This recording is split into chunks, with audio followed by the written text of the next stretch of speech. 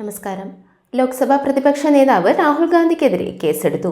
US സന്ദർശനത്തിന് നടത്തിയ പരാമർശം സിഖ് വികാരം വ്രണപ്പെടുത്തി എന്ന പരാതിയുടെ അടിസ്ഥാനത്തിലാണ് കേസ്. വാരണാസിയിലെ സിഗ്ര പോലീസ് സ്റ്റേഷനിൽ BJP നേതാവ് അശോക് കുമാർ നൽകിയ പരാതിയുടെ അടിസ്ഥാനത്തിലാണ് കേസെടുത്തിരിക്കുന്നത്. സിഖ് വികാരം വ്രണപ്പെടുത്തുന്ന പരാമർശങ്ങൾ നടത്തി രാജ്യത്തിന്റെ അഖണ്ഡത തകർക്കാനാണ് രാഹുൽ ഗാന്ധി ശ്രമിക്കുന്നതെന്ന് അശോക് കുമാർ ആരോപിച്ചു. ദില്ലിയിലും രാഹുലിനെതിരെ കേസെടുത്തിട്ടുണ്ട്. ഇന്ത്യയിൽ സിഖുകാർക്ക് തലപ്പാവ് ധരിച്ച് ഗുരുദ്വാരയിലേക്ക് പോകാൻ സാധിക്കുമോ എന്നായിരുന്നു രാഹുൽ ഗാന്ധിയുടെ പരാമർശം. അതേസമയം AICC അധ്യക്ഷൻ മല്ലിക അർജുൻ ഖാർഗെ പ്രധാനമന്ത്രി നരേന്ദ്രമോദിക്ക് അയച്ച കത്തിന് മറുപടിയുമായി BJP ദേശീയ അധ്യക്ഷൻ JP നദ്ദ രംഗത്തെത്തിയിരുന്നു. രാഹുൽ ഗാന്ധി പരാജയപ്പെട്ട ഉൽപ്പന്നമെന്ന് നദ്ദ പരിഹസിച്ചിരുന്നു.